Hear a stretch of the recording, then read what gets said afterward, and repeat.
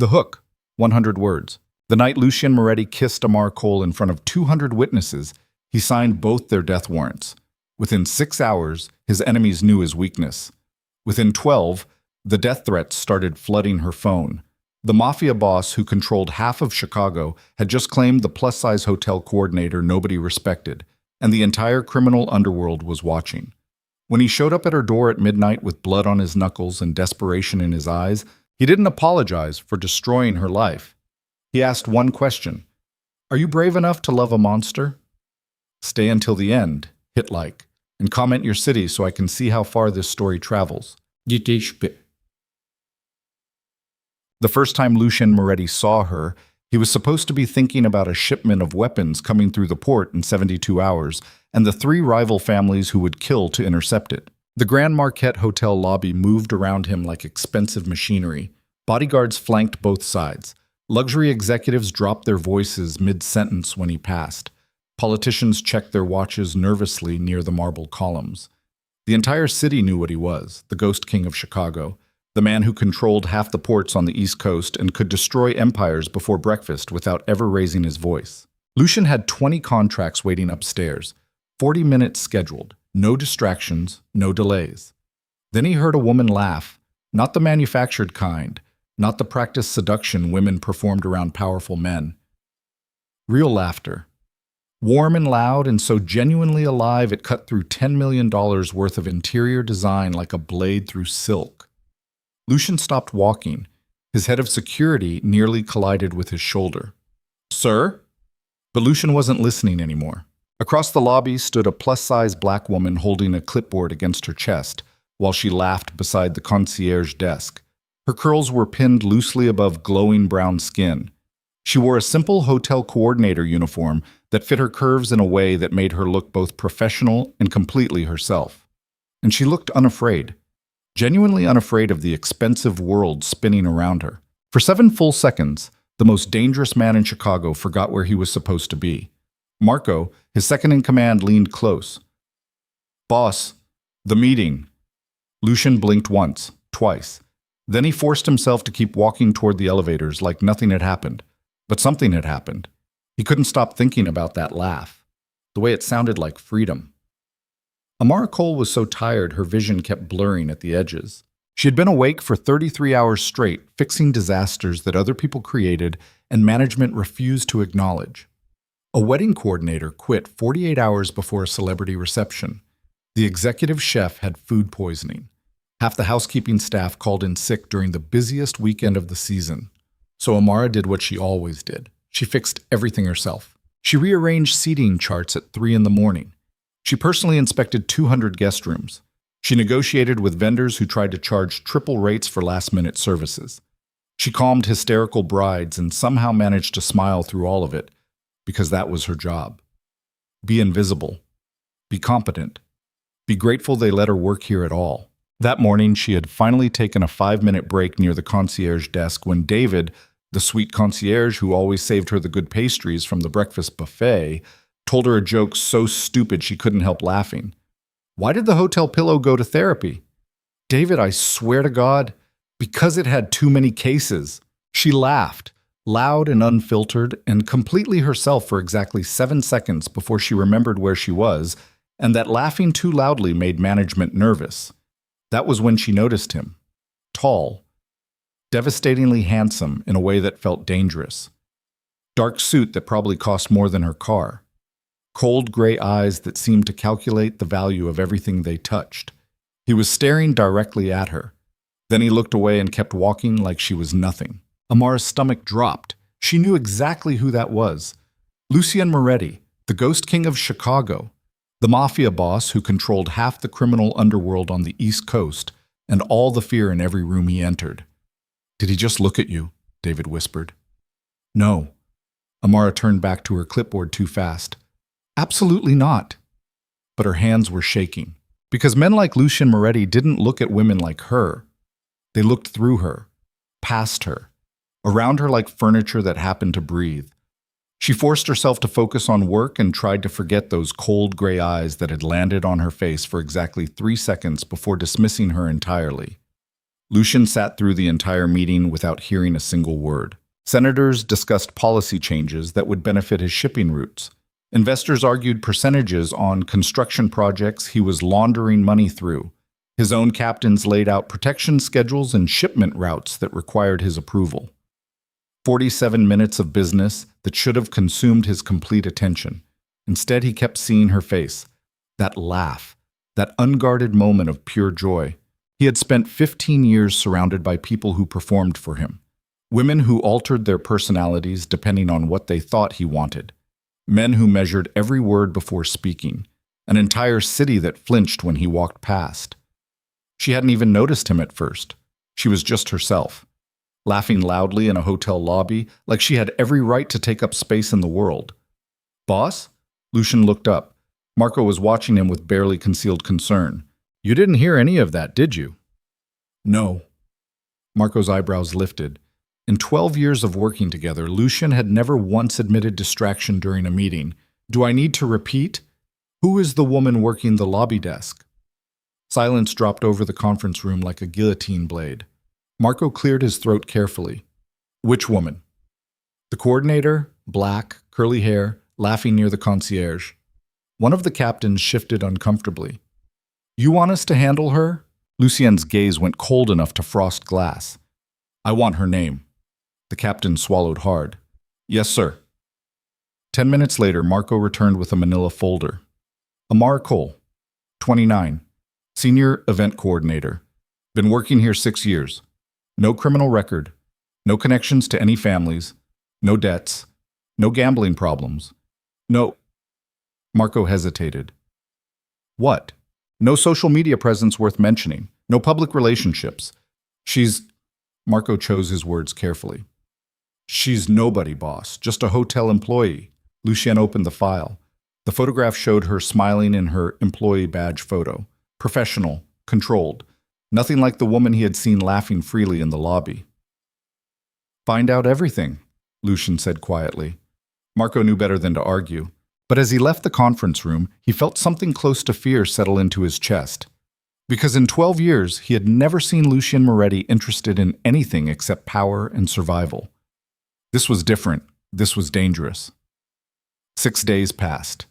6 days where Lucien Moretti, a man who dismantled empires before breakfast and slept 4 hours a night without dreaming, could not stop thinking about a hotel coordinator who probably didn't remember seeing him at all. He told himself it was curiosity, temporary insanity, a distraction he would eliminate the moment he understood what had caused it.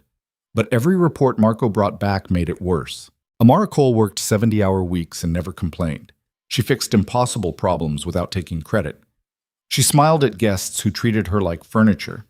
She carried that entire hotel on exhausted shoulders while management paid her barely enough to survive in a city that cost a fortune just to breathe in. She was extraordinary, and nobody noticed. The reports showed she had a mother in a long-term care facility draining her bank account. Student loans from a degree she never got to finish because her father died and left them with medical debt. She lived in a studio apartment in a neighborhood that made Marco nervous just reading the address. She was surviving, barely. And she still laughed like that. On the 6th day, Lucien made a decision that would destroy both their lives. He called the hotel's general manager directly. "I want to book the penthouse floor for a month." "Of course, Mr. Moretti. When would you like to..." "Starting tomorrow.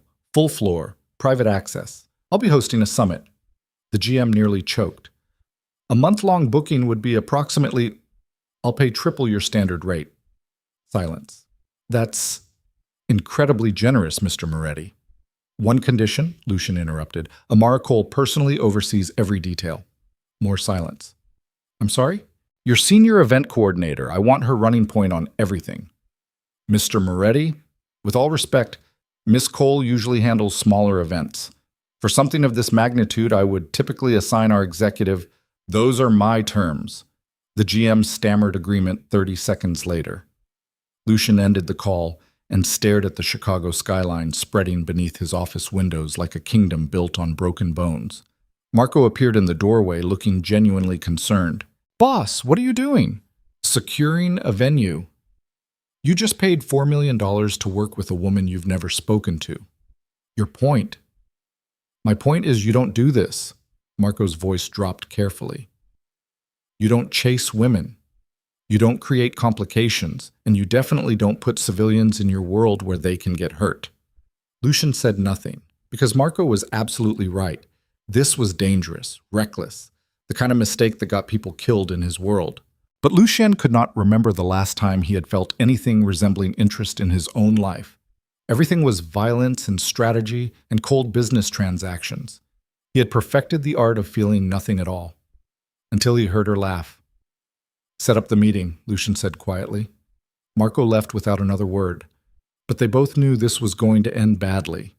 Amara was reviewing catering contracts for a corporate event when her supervisor called her into the office. Congratulations, Karen said without looking up from her computer screen. For what? You just got assigned the Moretti account. Amara's blood went cold. The what? Lucien Moretti, entire penthouse floor for a month. He specifically requested you by name. The room tilted sideways. Why would he request me? I don't know and I don't care.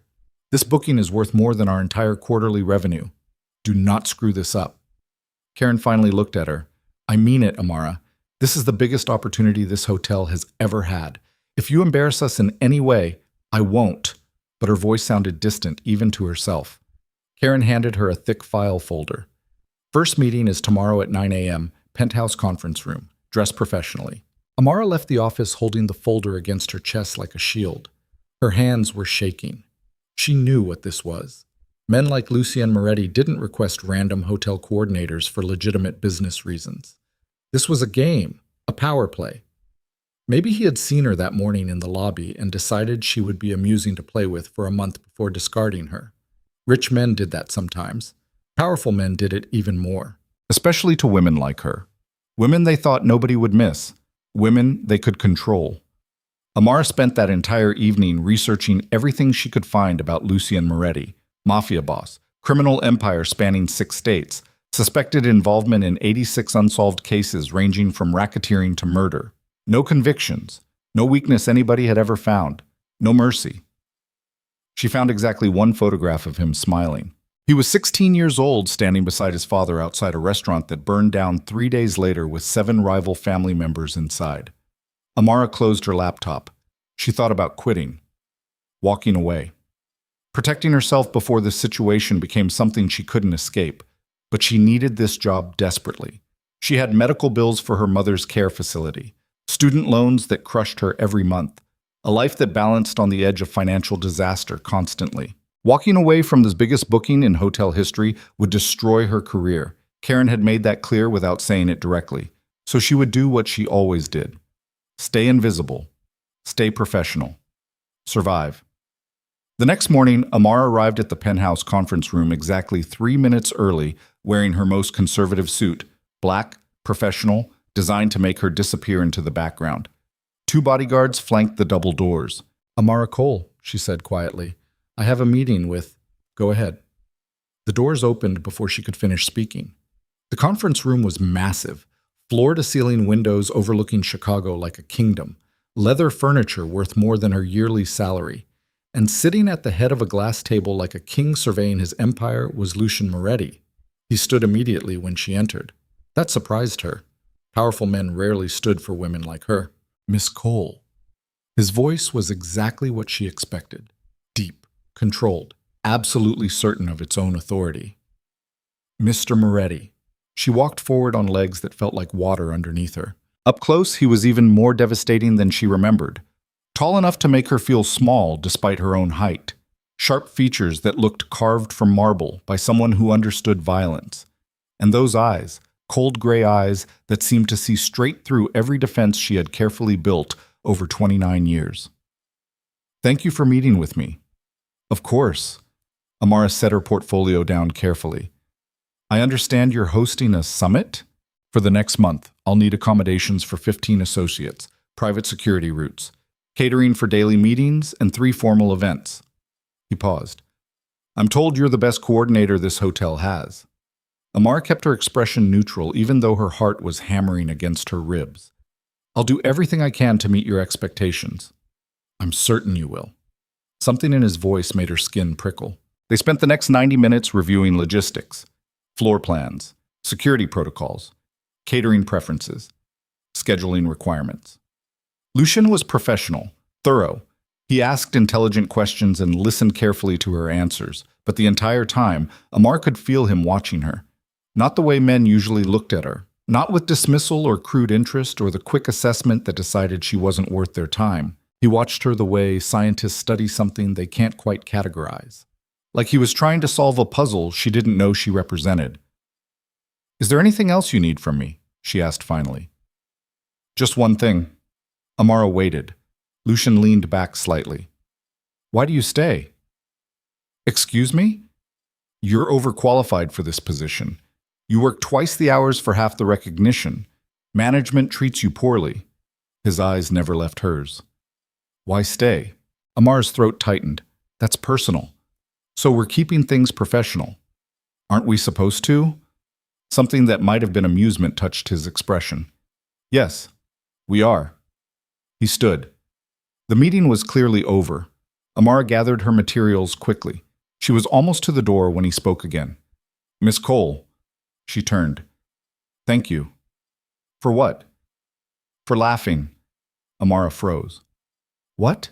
But Lucian had already turned back to the windows, dismissing her without another word. She left the conference room with her pulse hammering in her throat and confusion spinning through her head. What the hell did that mean? The first week was brutal. Lucian's associates arrived in waves.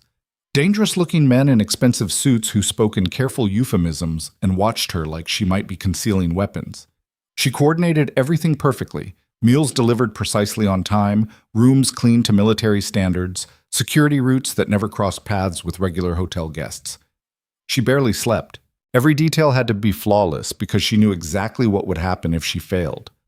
Men like Lucian Moretti didn't accept excuses. They eliminated problems. But every evening after his men left, Lucian stayed in the conference room, alone, working through documents, making phone calls in languages she didn't recognize, signing papers that probably meant someone somewhere was about to have a very bad day, and watching her. Amara would pack up her laptop at midnight only to find him still sitting there, tie loosened, looking less like a crime boss and more like a man who had forgotten how to leave his own prison. "You should go home," he said one night. "So should you." "I live here now." "That's not healthy." His eyes lifted to hers. "You're here too." "I'm working." "So am I." They stared at each other across the conference table, while the city glittered 40 floors below them like scattered diamonds on black velvet. "Do you ever stop?" Amara asked quietly. "No." "Why not?" "Because stopping requires peace." His voice dropped so low she almost missed it. "And I killed that a long time ago." Amara should have left then, should have recognized the danger in the way he looked at her, not with violence, but with something infinitely more terrifying. Hunger, the kind that consumed everything it touched. Instead, she stayed. The incident happened 2 weeks into the booking. Amara was coordinating a private dinner for 12 investors when 3 wealthy socialites entered the hotel restaurant. She recognized one immediately, Bethany Richardson, daughter of a real estate mogul, infamous for destroying careers with calculated social media posts. Bethany's eyes landed on Amara immediately. "Oh my God," she said loudly enough for the entire restaurant to hear. "Did this hotel start hiring by the pound?" Her friends laughed like hyenas. Amara kept her expression calm, even as humiliation spread through her chest like fire under skin. She had heard comments like that her entire life. From classmates, from strangers, from men who thought cruelty was flirting. Stay professional, stay invisible. She turned to walk away. "Excuse me," Bethany called. "Don't you coordinate events here? I need to know if the buffet tables can support structural weight, or if we need to special order reinforced ones." More laughter. Amara's hands tightened around her tablet until her knuckles went white and her nails bit into her palms hard enough to hurt. Then the entire restaurant fell silent. Lucien Moretti had appeared from nowhere. He walked directly into their circle with the kind of calm that preceded executions. "I was just thinking," he said softly. "Not one of you is even half as beautiful as she is." Nobody breathed. Bethany's smile cracked at the edges. "Excuse me?" You confuse cruelty with confidence. Lucian's voice never rose above conversational. That usually happens when a person possesses very little of either. Do you know who my father... Your father owns 17 properties in this city. I own his loans. Lucien stepped closer. Would you like to test how quickly I can bankrupt your entire family? Bethany went pale. That's what I thought. He glanced at her friends. Leave. They vanished in under 10 seconds. The restaurant remained frozen. Lucien walked past Amara without looking at her, without waiting for gratitude or acknowledgement. He simply returned to his private dining table like nothing had happened. But Amara stood there with her pulse hammering in her throat and something hot and terrifying spreading through her chest. Nobody had ever defended her like that. Nobody had ever looked at cruel women and called them exactly what they were. She forced herself to finish coordinating the dinner, to smile professionally, to pretend her entire world hadn't just tilted sideways. At midnight, she found a note on her laptop. Nobody deserves to be spoken to that way, especially not you. LM. Amara stared at the note for 20 full minutes. Then she did something incredibly stupid. She knocked on the conference room door. Come in? Lucien was alone, jacket discarded, shirt sleeves rolled up, looking exhausted in a way she had never seen him look during business hours. You didn't have to do that, Amara said quietly. I know. It'll cause problems for you. It won't. How can you be sure? Lucien looked at her directly. Because the Richardsons need me more than I need their approval. Amara stepped inside the conference room. Dangerous territory. She knew that. But something was pulling her forward anyway. Why did you request me for this booking? Silence. Mr. Moretti, I heard you laugh, he said quietly. Amara froze. What? 6 days before I made the booking, in the lobby, you were laughing with the concierge. His eyes never left hers. It was the most genuine thing I'd heard in years. Her breath caught in her throat. That's why you booked an entire floor for a month? Yes. That's insane. I know.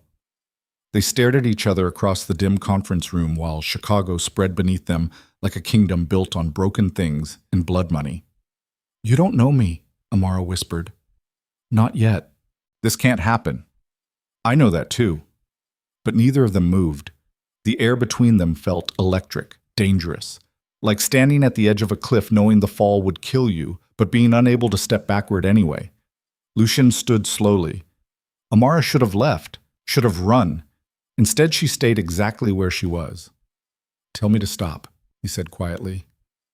Stop what? Wanting you. The words hit her like a physical blow. I'm not... Her voice cracked. Men like you don't want women like me. Men like me don't want anything. He moved closer, not touching, just close enough that she could feel the heat of him. Until suddenly they do. Amara's pulse was thunder in her throat. This is a terrible idea. The worst I've ever had. People will think I'm using you. Let them. They'll think I'm a joke. Something dangerous flashed in his eyes. Anyone who makes that mistake will regret it. He reached up slowly, giving her time to move away, and touched her face with shocking gentleness. His thumb brushed across her cheekbone. You are the first person I've met in 15 years who hasn't altered themselves to impress me, he said quietly. Everyone performs. You don't. You laugh loudly. You take up space. You exist without apology. His voice dropped. And somewhere along the way, I realized I would rather lose control beside you than spend another year feeling nothing. Amara could barely breathe. This was insane. Reckless. The kind of moment that destroyed lives and careers and futures. She should walk away. End this before it started. Instead, she heard herself whisper, I'm terrified of you. Good. You should be. I don't want to be owned. I would never survive trying to cage you. And then he kissed her. Not carefully. Not like a man testing boundaries. A deep, consuming kiss that carried every sleepless night, every restrained glance, every feeling the Mafia Boss had buried beneath 15 years of violence and power and absolute control. Amara grabbed his shirt and kissed him back with everything she had been holding inside for 2 weeks. For one breathless moment, the most feared man in Chicago looked less dangerous than he did hopelessly human. Then Amara's phone rang. They broke apart instantly. She answered without thinking. "This is Amara." "Miss Cole." Her supervisor's voice was ice. "We need to discuss your inappropriate relationship with a guest immediately. My office. Now." Amara's blood went cold. Someone had seen them. Someone had already reported them. She looked at Lucian. His expression had gone completely empty. The brutal mafia boss sliding back into place like armor. "I'll handle it," he said quietly. "No." Amara stepped back. "I'll handle it myself." "Amara, this is my career. My life. I'll handle it." She left the conference room before he could argue. But as she walked toward the elevator with her career crumbling and her heart hammering and her lips still burning from his kiss, she realized something terrifying. She wasn't sorry she had kissed him. She was only sorry she had stopped. The elevator ride down felt like drowning in slow motion. Amara stared at her reflection in the polished steel doors. Her lips were still swollen from his kiss. Her hands were shaking. She could still feel the heat of Lucian's body pressed against hers, the way his fingers had traced her face like she was something precious instead of disposable. She had kissed the most dangerous man in Chicago, and someone had seen. The elevator dinged. 3rd floor. Management offices. Amara stepped out and walked toward Karen's office on legs that felt like they might give out at any moment. Through the glass walls, she could see 3 people waiting inside. Karen, the hotel's general manager, Robert Chen, and a woman in a sharp gray suit Amara had never seen before. This was bad. This was worse than bad. Amara knocked once.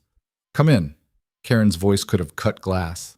The office felt smaller than usual, suffocating.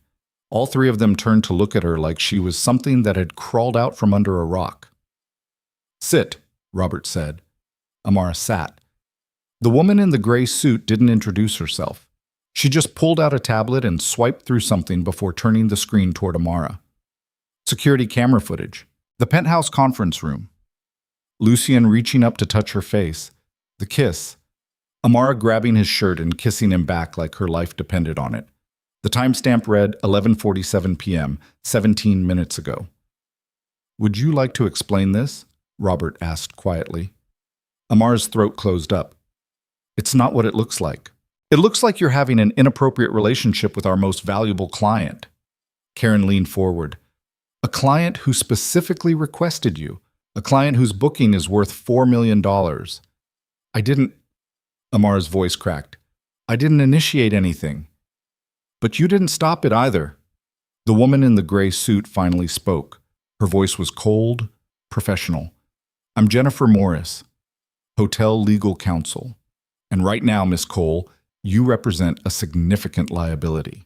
Amara felt ice spread through her chest. "I've done my job perfectly.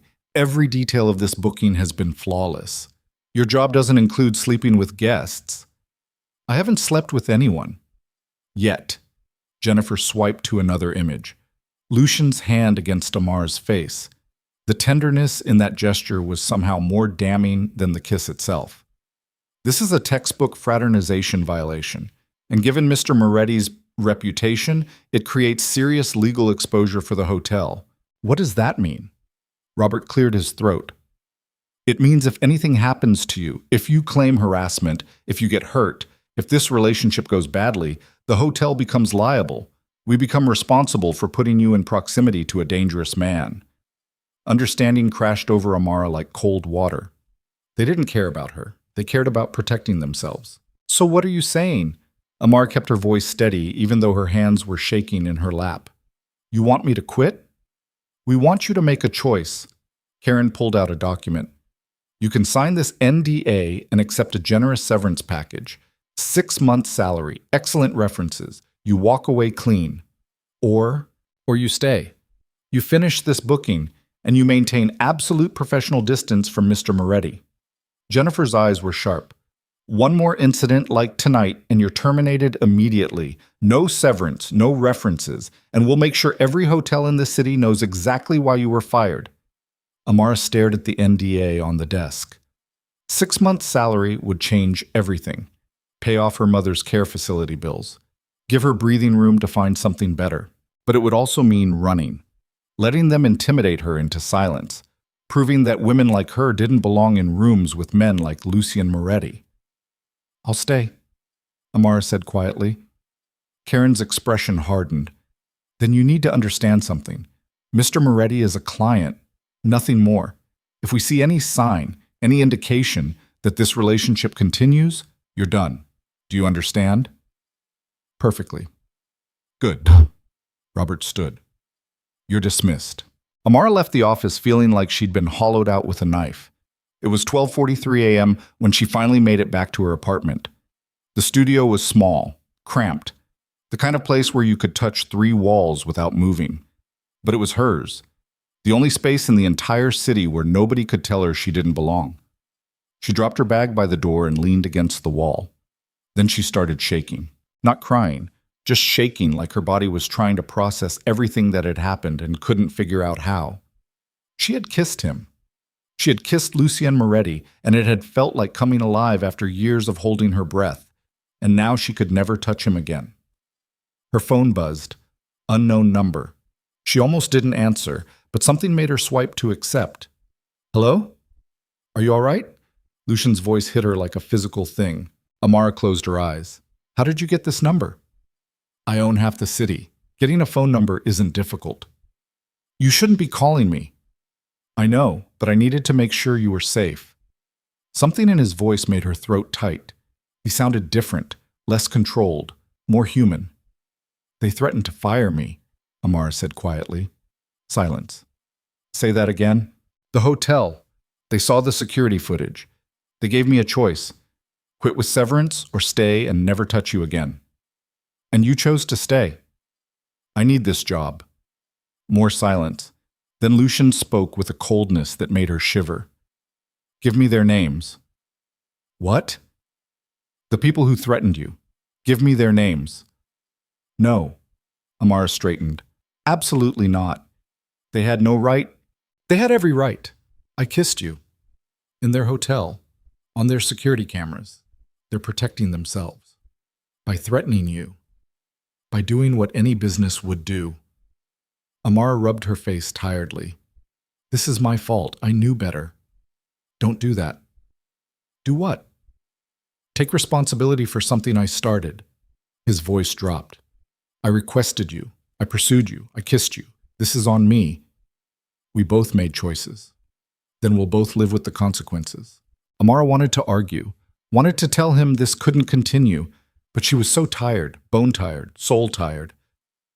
"I should go," she whispered. "Amara." She waited. "I meant what I said, every word." Then he hung up. Amara stood in her tiny apartment staring at her phone and trying not to think about how his voice saying her name felt like being seen for the first time in her entire life. The next morning, everything changed. Amara arrived at the hotel at 6 a.m. to find Marco waiting in the lobby. "Miss Cole," he gestured toward the elevator. "Mr. Moretti would like to see you." "I have to coordinate breakfast service first. Now." It wasn't a request. Amara followed him into the elevator. They rode up in silence. Marco's face was carefully blank, but she could feel disapproval radiating off him like heat. The penthouse conference room was empty except for Lucien. He stood by the windows wearing a different suit than yesterday. His hair was wet like he'd just showered. He looked like he hadn't slept at all. "Leave us," Lucien said without turning around. Marco hesitated. "Boss, I said leave." Marco left. The door clicked shut. Amara stayed near the entrance. "We can't do this." "Do what?" "Be alone together. The hotel is watching. They'll fire me." "Then let them." "Excuse me?" Lucien finally turned. His eyes were bloodshot. "Let them fire you. I'll hire you myself, triple your current salary, full benefits. Your mother's care facility bills covered." Amara felt like she'd been slapped. "You investigated my mother?" "I investigate everyone. That's not normal. I'm not a normal man." He moved closer. "You said you needed this job. I'm giving you an alternative." "Working for you?" "Yes." "As what? Your employee? Your mistress? Both?" Something dangerous flashed in his expression. "As whatever you want to be." "That's not an answer." Because I don't have one yet. Lucian stopped a few feet away from her, close enough to touch, far enough to maintain plausible deniability if anyone walked in. All I know is watching you leave last night felt like losing something I didn't know I needed. And I spent 15 years building an empire by never letting go of things I need. Amara's heart was hammering. You don't need me. You want me. There's a difference. Is there? Yes. Want fades. Need destroys. Then I'm already destroyed. The words hung between them like broken glass. Amara forced herself to breathe, to think, to not get swept away by the intensity radiating off him like a physical force. I can't work for you, she said quietly. People will think I'm using you for money, that I'm some kind of gold digger who trapped a mafia boss. Let them think whatever they want. Easy for you to say. Nobody questions your worth. Lucien's jaw tightened. You think I don't know what people say about me? I'm a killer, a criminal, a monster who destroys everything he touches. At least you're just accused of wanting money. He stepped closer. I'd rather be called a gold digger than what I actually am. And what's that? Empty. The word hit her harder than any threat could have. Until I heard you laugh, he continued quietly, and for exactly 7 seconds, I remembered what it felt like to want something besides control. Amara closed her eyes. This is insane. I know. We barely know each other. I know that too. And you're asking me to quit my job, take your money, and trust that this won't blow up in my face. Yes. She opened her eyes. Why would I do that? Because you felt it too. Lucian's voice dropped. Last night when I kissed you, you felt it. Amara couldn't lie. Yes. Then take the risk. What if it doesn't work? Then I'll make sure you land somewhere safe. You can't guarantee that. No. But I can promise to try. He reached out slowly and touched her hand, just her hand, the barest contact. I've spent 15 years guaranteeing outcomes through violence and money. This is the first time I'm asking someone to trust me without either. Amara stared at their hands barely touching. Every logical part of her brain was screaming to run, to protect herself, to not gamble her entire future on a mafia boss who might get bored in 3 months. But another part, the part that had been holding her breath for 29 years, was screaming something different. Jump. I need time to think, she whispered. How much time? I don't know. A day. A week? I don't know. Lucien pulled his hand back. Take whatever you need. But Amara? She looked at him. While you're thinking, remember something. I don't do this. I don't pursue women. I don't make offers like this. And I definitely don't put myself in positions where someone can hurt me. His eyes held hers. So if you decide to walk away, do it cleanly. Don't drag it out. Don't give me hope and then destroy it.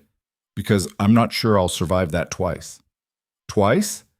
But Lucien had already turned back to the windows, dismissed. Amara left the conference room with her head spinning and her heart screaming and no idea what the hell she was supposed to do. 3 days passed. 3 days where Amara coordinated Lucian's summit with robotic efficiency while carefully avoiding being alone with him. 3 days where she felt his eyes following her across rooms but never approaching. 3 days where she barely slept because every time she closed her eyes she saw his face. I'm not sure I'll survive that twice. What did that mean? On the 4th day, Vivienne Laurent arrived. Amara was reviewing seating charts for the gala when the elevator doors opened and a woman stepped out who looked like she'd been designed specifically to make other women feel inadequate. Tall, impossibly thin, white blonde hair that fell in perfect waves, designer dress that probably cost more than Amara's car, and a smile that didn't reach her cold blue eyes. Excuse me, she said to Amara. I'm looking for Lucien Moretti. Amara's stomach dropped. Do you have an appointment? I don't need one. I'm Vivienne Laurent. The name hit Amara like a punch. She knew that name. Everyone did. International supermodel, socialite queen, and according to 3 different gossip sites, Lucien Moretti's former fiancé. Mr. Moretti is in a meeting, Amara said carefully. I can let him know you're here. No need. Vivienne walked past her toward the conference room like she owned the place. Marco appeared from nowhere and blocked her path. Miss Laurent, you can't move. Boss doesn't want to be disturbed. Vivian's smile sharpened. Then it's a good thing I'm not a disturbance. I'm family. The conference room door opened. Lucian stood in the doorway looking at Vivian with an expression Amara couldn't read. "What are you doing here?" he asked quietly. "I heard you were in town. Thought I'd say hello." Vivian glanced at Amara. "Aren't you going to introduce me to your staff?" The way she said staff made it sound like something dirty. "Amara Cole," Lucian said without looking away from Vivian. "Senior Event Coordinator." "How nice." Vivian's eyes raked over Amar's body with surgical precision. "I love that this hotel hires such diverse staff." The insult landed like a slap. Amara kept her face neutral, even though shame was spreading through her chest like poison. "Vivian," Lucian's voice went cold. "Leave. But we have so much to catch up on. It's been, 2 years since you called off our engagement?" She moved closer to him. "I've missed you." "No, you haven't. You don't know what I feel." "Yes, I do. You feel entitled to something I never promised you." Vivian's smile cracked slightly. "Is that any way to talk to the woman you almost married?" "I didn't almost marry you. I made a business arrangement with your father that fell through." Lucien's expression was carved from ice. "There was never anything personal between us." "Wasn't there?" She reached up to touch his face. Lucien caught her wrist. "Don't." "Why not? Afraid your little coordinator will get jealous?" Vivian glanced at Amara. "Don't worry, sweetie. I'm sure he's been very generous with you. He's good at making people feel special before he gets bored." Amara's hands clenched into fists. "Stay professional. Stay invisible." But every word was a knife cutting deeper. "That's enough," Lucien said quietly. "Is it?" Vivian pulled her hand free. "Or are we just getting started?" She looked at Amara directly. "You should know something about the man you're working for. He doesn't do relationships. He does transactions. And right now, you're just the newest thing he's decided to acquire." Her smile was poison. "Give it 3 months, maybe 6 if you're lucky. Then he'll get bored and move on to someone more appropriate." Amara felt something crack inside her chest, because part of her had been thinking the exact same thing. "Get out," Lucian said. His voice was so cold it could have frozen blood. Vivian laughed. "Still pretending you're capable of caring about someone? How adorable." She walked toward the elevator. "Enjoy your little fantasy while it lasts, both of you. Reality has a way of catching up." The elevator doors closed. Silence filled the penthouse like toxic gas. Amara couldn't look at Lucian, couldn't breathe, couldn't think past the humiliation burning through her veins. "Amara, I need to check on the catering." She walked toward the stairs before he could stop her. But she could feel his eyes on her back, could feel the weight of everything Vivian had just said hanging in the air, like truth nobody wanted to acknowledge. That night, Amara sat in her apartment staring at her phone.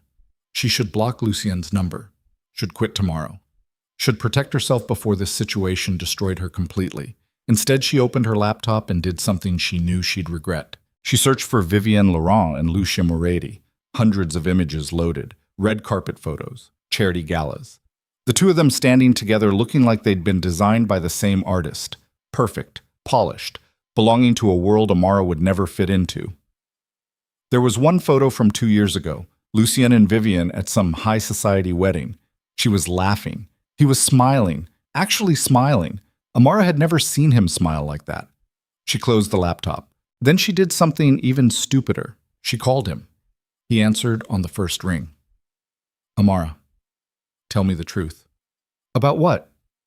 "About her, about what she said, about whether I'm just the newest thing you've decided to acquire." Silence.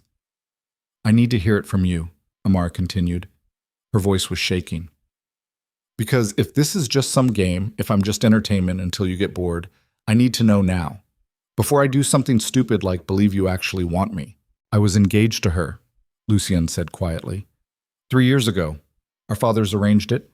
Political alliance between families. I went along with it because I didn't care who I married. Marriage was just another business transaction." "What happened?" "I met her." His voice dropped. "Really met her. And I realized she was exactly like everyone else in my world. Performing, playing a role, being whoever she thought I wanted her to be. And I called it off. Told her father the arrangement was done. Vivian didn't take it well. Amara swallowed hard. Do you still love her? I never loved her.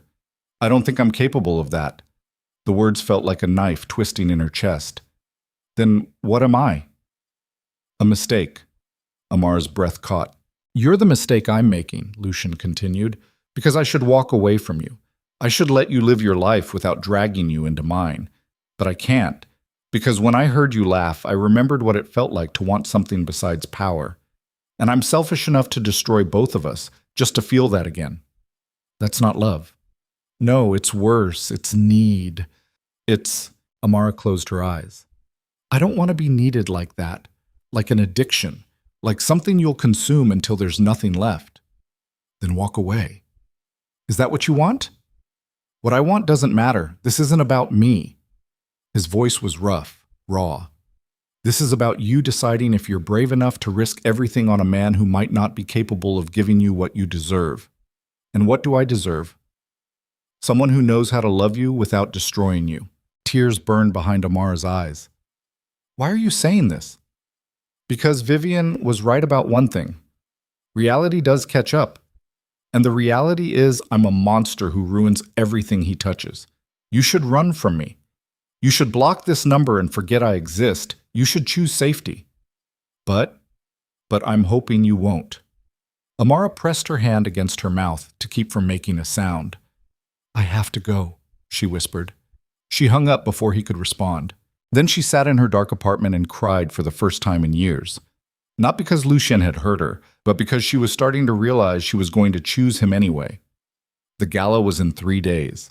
3 days where Amara threw herself into work with desperate intensity. 3 days where she avoided Lucien except for necessary meetings. 3 days where she felt like she was standing on the edge of a cliff, waiting to either jump or be pushed. The hotel was buzzing with preparation. Politicians arriving. Celebrities checking in. Crime families disguised as businessmen filling the restaurants and bars. Amara coordinated everything with mechanical precision. Until the night before the gala, when she made a mistake. She was walking past one of the hotel bars at midnight when she heard voices she recognized. Lucien's captains. 3 of them sitting in a corner booth, drinking, talking. Boss is distracted, one of them said. Never seen him like this. It's the girl. What girl? The coordinator. The one he's been watching like she's the only thing in the room. Amara froze in the hallway. Vivian was here yesterday. She's spreading rumors, saying the girl's using him for money. Is she? Don't know. Don't care. What I care about is Boss making stupid decisions because he can't think straight around her. You think she's dangerous? I think anyone who distracts him right now is dangerous. We got 3 families looking for weakness. The shipment coming through next week, Santos trying to move into our territory. A pause. This is the worst possible time for Boss to be falling for some civilian. So what do? We remove the distraction. Amara's blood went cold. You mean? I mean we make it clear she's not welcome. We scare her off before she gets Boss killed. Footsteps behind her. Amara spun around. Marco stood there looking at her with an expression she couldn't read. You should go home, Miss Cole, he said quietly. I know what you heard, and I know what you're thinking, but those men don't speak for Boss. They speak for themselves.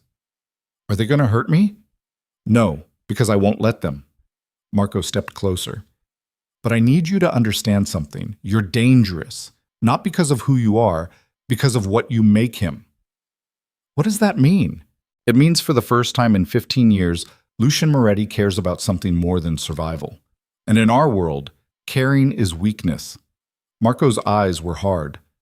So you have a choice. You can walk away and let him go back to being the man who keeps us all alive. Or you can stay and watch what happens when monsters fall in love. What happens? Everyone dies. Marco walked past her toward the bar. Amara stood in the empty hallway with her heart pounding and finally understood what she was really choosing. Not safety versus risk, not love versus fear, life versus survival. Because Lucien had been surviving for 15 years, and she had been surviving for 29. And maybe that was enough for some people. But Amara was so tired of just surviving. She wanted to live, even if it killed her. She pulled out her phone and texted him. "Tomorrow night, after the gala. We need to talk." His response came 30 seconds later. "I'll be waiting." Amara walked to her car, knowing everything was about to change. Knowing she was about to cross a line she could never uncross. Knowing that tomorrow night she was either going to choose the most dangerous man in Chicago or lose the first person who had ever made her feel like she deserved to take up space in the world. There was no good choice. There was only the truth. She was falling for a monster. And she was terrified it might be the first real thing she'd ever felt. The gala night arrived like a storm nobody was prepared for. Amara had been awake for 41 hours straight, making sure every detail was flawless. Crystal chandeliers hung like frozen starlight above the ballroom. Gold accents caught the light from 1,000 angles. White lilies filled arrangements that cost more than most people made in a year. 300 guests would arrive in less than an hour. Politicians, celebrities, and crime syndicates disguised as legitimate businessmen. Her masterpiece. Her last night before everything changed. She stood in the empty ballroom wearing a simple black dress management had approved. Professional, modest, designed to help her disappear into the background while she coordinated the evening. Her hair was pulled back tight, minimal makeup, nothing that would draw attention, but her hands were shaking. Tonight she would tell Lucien her decision. Tonight she would either walk away from the first man who had ever made her feel seen or step into a world that would destroy her.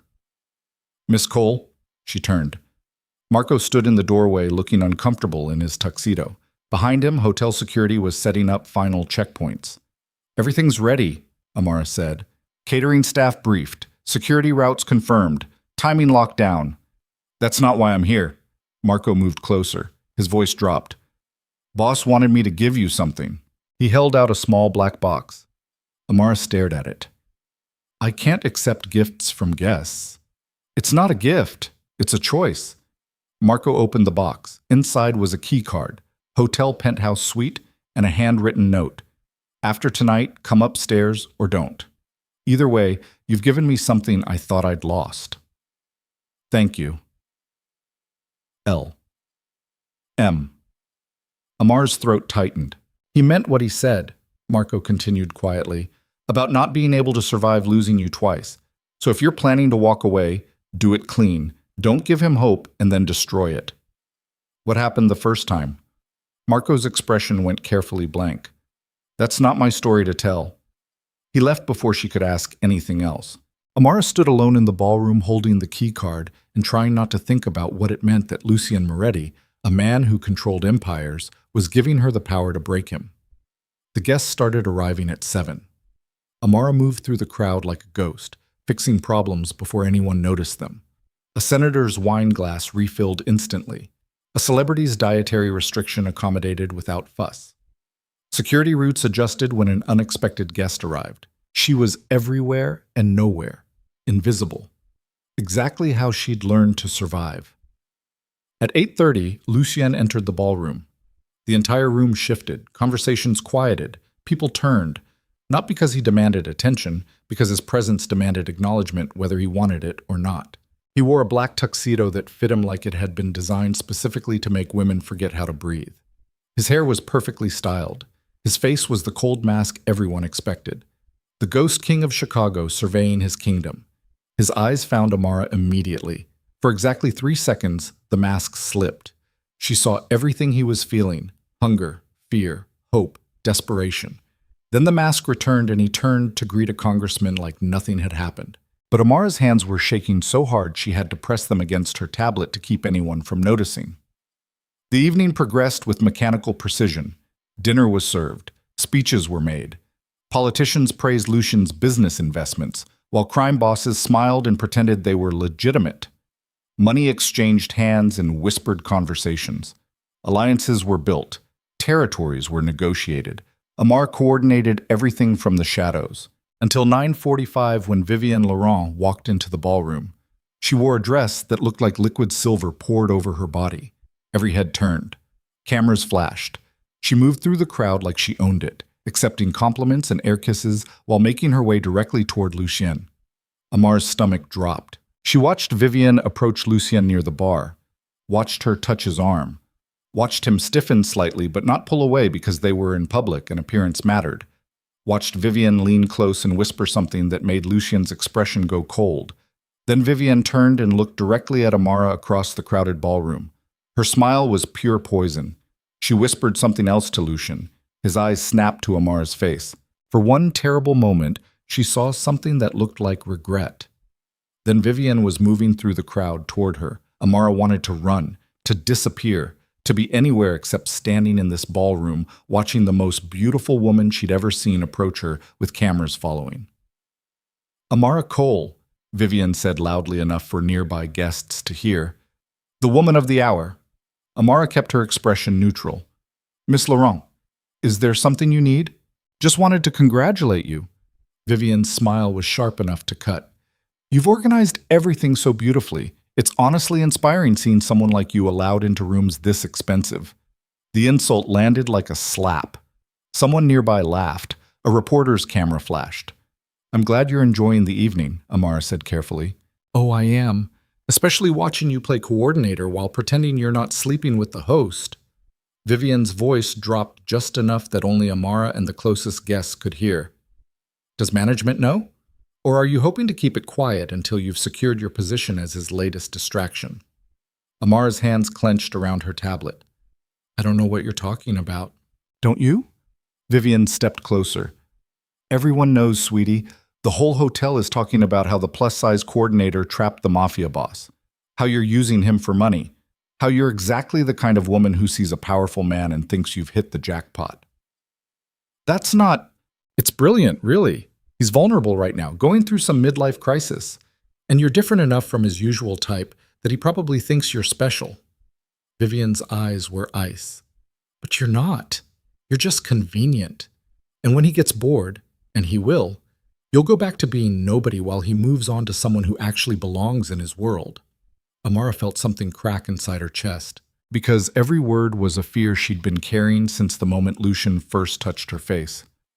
"I need to check on the catering," she whispered. She turned to walk away. "Running already?" Vivian called after her. "I expected more fight from the woman who thinks she can compete with me." Amara stopped. Something hot and furious surged through her veins. She turned back slowly. "I'm not competing with you," she said quietly, "because you already lost." Vivian's smile faltered. 2 years ago, Lucien chose not to marry you. And tonight he's watching you humiliate me in front of cameras and looking at you like you're exactly what he walked away from." Amara stepped closer. "So go ahead. Keep telling yourself I'm using him. Keep pretending you're better than me because you're thin and rich and blonde. But we both know the truth. And what's that? He chose me." Amar's voice was steady, even though her heart was hammering. "He looked at both of us and chose the woman who wasn't performing for him." Vivian's face went pale with rage. "You stupid!" A large hand settled against the small of Amar's back. "Lucien." The ballroom quieted immediately. "She is not someone like anything," he said coldly. Vivian's smile cracked. Lucien stepped beside Amara, his body shielding hers from every camera in the room. "She built this entire evening," he continued calmly, "and the first thing you chose to do was humiliate her because insecurity is the only language you speak fluently." A reporter nearby swallowed hard before asking the question everyone suddenly wanted answered. "Mr. Moretti, are you saying you and Miss Cole are together?" Lucien never looked away from Amara. "Her name," he said quietly, "is Amara." Then he reached up and touched her face with shocking tenderness. Every camera in the room flashed at once. "I'm done pretending she means less to me than she does." And then he kissed her. Not carefully, not politically. A deep, possessive kiss that carried every sleepless night, every restrained glance, every feeling the Mafia Boss had buried beneath years of violence and power. Amara grabbed his jacket and kissed him back in front of the cameras, the socialites, and the entire city that once told her she didn't belong beside a man like him. For one breathtaking moment, the feared Mafia Boss looked less dangerous than he did hopelessly in love. Then someone screamed. The ballroom exploded into chaos. Gunshots cracked through crystal chandeliers, glass shattered. People dove under tables. Bodyguards appeared from nowhere with weapons drawn. Lucien grabbed Amara and pulled her down behind the bar. Stay here, he ordered. What's happening? More gunshots. Closer. Marco appeared beside them. Santos. 3 men. Northeast entrance. How did they get past security? Inside job. Someone gave them access codes. Lucien's expression went cold. Get her out. Boss, I said get her out. Now. Marco grabbed Amara's arm. No, she said. I'm not leaving you. You don't have a choice. Lucien looked at her one last time. His eyes were stripped of every defense. If something happens to me tonight, I need to know you're safe. That's all that matters. Then he was gone. Moving through the chaos with his men toward the gunfire, Marco dragged Amara toward the service exit. She fought him. Let me go. He'll get himself killed protecting you if you stay. That stopped her. Marco pulled her through the kitchen, down a service hallway, into a freight elevator. The doors closed on the sounds of gunfire and screaming. Amara's legs gave out. She slid down the elevator wall. Her dress was torn. Her hands were shaking. She could still taste Lucien on her lips. Is he going to die? She whispered. Marco didn't answer. The elevator stopped. Underground parking garage. A black SUV was waiting. Get in. Amara climbed into the back seat. Marco drove without speaking. They left the hotel. Left downtown. Drove for 20 minutes into a neighborhood Amara didn't recognize. He stopped in front of a warehouse. Where are we? Safe house. You'll stay here until we know the situation is contained. I want to go back. You can't. Santos knows about you now. Knows Boss cares about you. That makes you a target. The words hit her like ice water. This is my fault, she whispered. No. This is what happens when people like us try to have things that matter.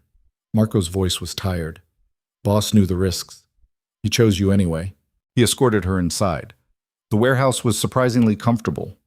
Living quarters, kitchen, bedroom with blackout curtains. Stay inside. Don't answer the door for anyone except me or Boss. Don't call anyone. Don't post anything online. Marco pulled out a gun and set it on the kitchen counter. Do you know how to use this? Amara stared at it. No. Point and pull the trigger. Safety's off. 15 rounds. He looked at her. Hopefully you won't need it. Then he left. Amara stood alone in the safe house, listening to locks engage behind him. She was trapped, protected, powerless. Everything she'd spent her entire life trying to avoid. Her phone buzzed. Unknown number. She almost didn't answer, but something made her swipe to accept. Hello? Miss Cole. A man's voice. Smooth. Dangerous. My name is Santos, and you and I need to have a conversation about Lucien Moretti. Amara's blood went cold. How did you get this number? I get everything I want eventually. Right now what I want is your help. I'm not helping you with anything. Not even to save his life? Silence. That's what I thought. Santos sounded amused. Here's what's going to happen. You're going to meet me tomorrow at noon, alone, and you're going to give me information about Moretti's operations. I don't know anything about his operations. But you know him, you know his weaknesses, you know what he cares about. A pause. And right now, Miss Cole, you're what he cares about most, which makes you very valuable to me. I'll tell Lucien you called, and he'll do exactly what I expect. He'll try to protect you. He'll make mistakes. And I'll use those mistakes to destroy him. Santos's voice dropped. But if you help me, I'll let him live. I'll take what I need and disappear. He'll never know you betrayed him. Everyone wins. Except Lucien. Lucien loses either way. The question is whether you want to be the reason he dies. The line went dead. Amara stared at her phone with her heart hammering. This was impossible. A nightmare. She couldn't betray Lucien, but if she didn't, Santos would use her to destroy him anyway. Her phone buzzed again. Lucien this time. Are you safe? His voice was rough, urgent. Yes, Marco brought me to a warehouse. Good. Stay there. Don't leave for any reason. What happened at the gala? Santos made a statement. 3 of his men dead, two of mine wounded. Nobody else hurt. He paused. I'm sorry you saw that. I don't care about that. I care about whether you're okay. I'm alive. That's not the same thing. Silence. Lucien, I meant what I did tonight, he said quietly. kissing you in front of everyone, claiming you. I don't regret it. You should. You made me a target. I know, and I'd do it again. His voice was raw. Because I'm tired of pretending. I'm tired of hiding what I feel. And I'm tired of living in a world where the only thing I'm allowed to want is power. Amara closed her eyes. Santos called me. She heard him breathe sharply. When? 5 minutes ago. What did he say? Amara told him everything. The silence afterward was worse than anything Santos had threatened. He's going to use you against me, Lucian said finally. He's going to put you in a position where you have to choose between saving yourself or protecting me. What do I do? You run. You leave Chicago. You disappear. I'm not running. Amara, I'm not running, she repeated. Because if I do, Santos will keep coming after you. He'll find another way, another weakness, and you'll spend the rest of your life looking over your shoulder. Better than you dying because I was selfish enough to want you. That's not your choice to make. Yes, it is. His voice broke slightly. Because I'm the one who put you in danger. I'm the one who kissed you in front of the entire city. I'm the one who made you matter. I already mattered. Not like this. Not where it could get you killed. Amara pressed her hand against her mouth. I'll meet with him, she whispered. Absolutely not. I'll meet with him, and I'll figure out what he wants. And then we'll stop him. We?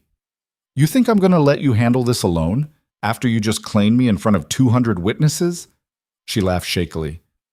I'm in this now, all the way in, so either we do this together or I do it alone. More silence. Then Lucian spoke with something that sounded like pride. You're the bravest person I've ever met. I'm terrified. That's what makes it brave. They stayed on the phone for another hour, not talking about Santos or danger or death, just talking about nothing, about everything. At 3 a.m., Amara finally fell asleep on the safe house couch with her phone still pressed against her ear and Lucien's breathing on the other end. When she woke at sunrise, he was gone. But there was a text message waiting. Don't go to that meeting. I'll handle Santos. You just stay alive. That's all I need. LM. Amara stared at the message. Then she deleted it. Because she wasn't staying out of this. She was meeting Santos at noon. And she was going to end this before Lucian got himself killed trying to protect her. The meeting location was a coffee shop in neutral territory. Amara arrived at 11:55 wearing jeans and a jacket with Marco's gun hidden in her waistband. Her hands were sweating, her heart was hammering, but she walked through that door anyway. Santos sat at a corner table. Late 40s, well-dressed, handsome in a way that probably made people trust him before he destroyed them. Miss Cole, he stood. Thank you for coming. Amara sat across from him. Let's skip the pleasantries. What do you want? Straight to business. I like that. Santos poured her coffee from the carafe on the table. What I want is simple. Information about Moretti's shipping routes, specifically the container coming through the port next Tuesday.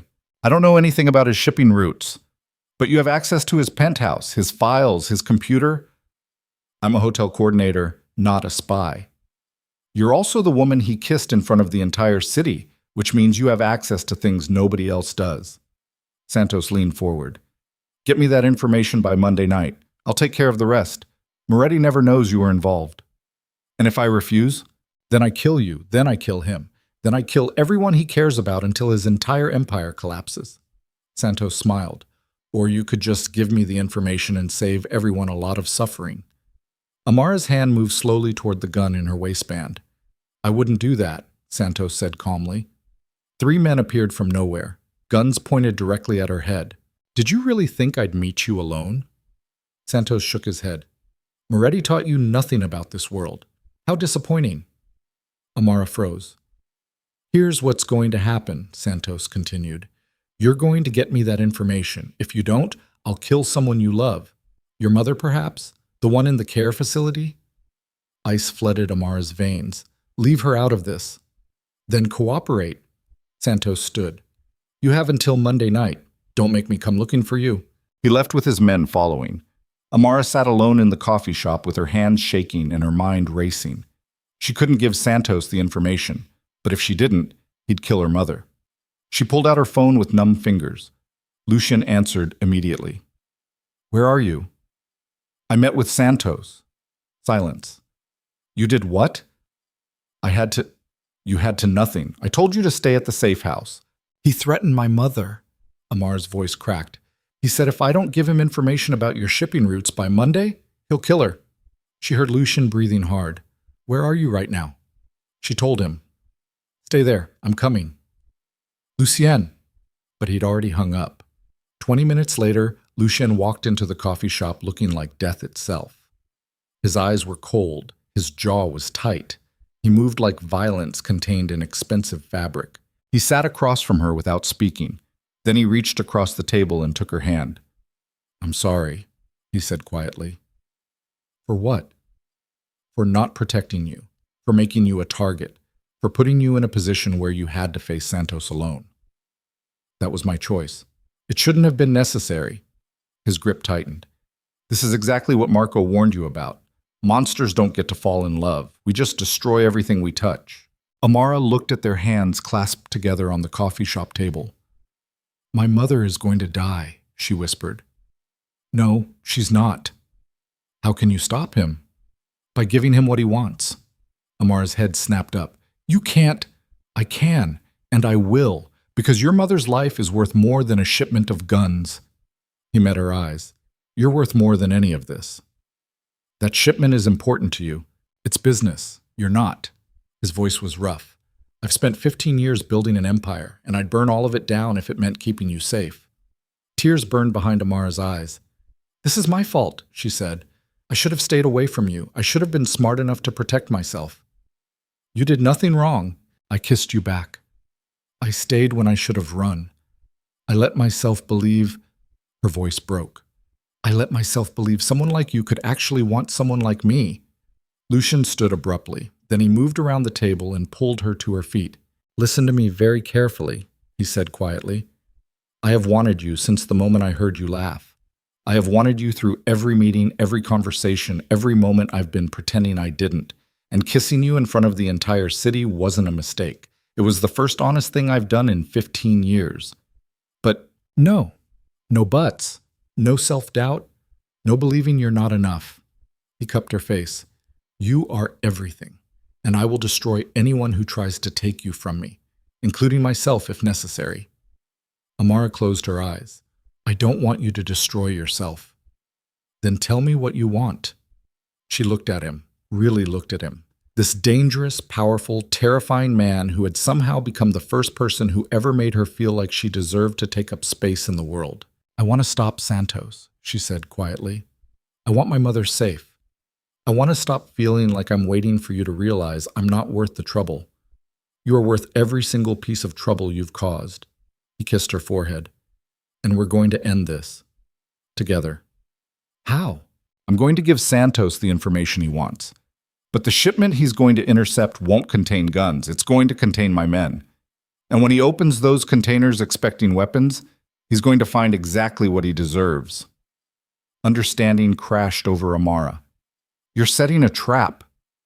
I'm ending a war before it starts. Lucien's eyes were cold. And then I'm making sure everyone in this city knows that touching you means dying. That's not... It is. And I won't apologize for it. He stepped back. But I need you to trust me. Can you do that? Amara thought about everything that had happened. The kiss, the threats, the danger. She thought about walking away, about choosing safety. But she was so tired of being safe. Yes, she whispered. I trust you. Lucian pulled her against his chest and held her like she was the only thing keeping him alive. And maybe she was. Monday came too fast. Amara spent the weekend at the safe house while Lucien set his trap. She didn't know the details. He said it was safer that way. If Santos came for her again, she couldn't tell him anything.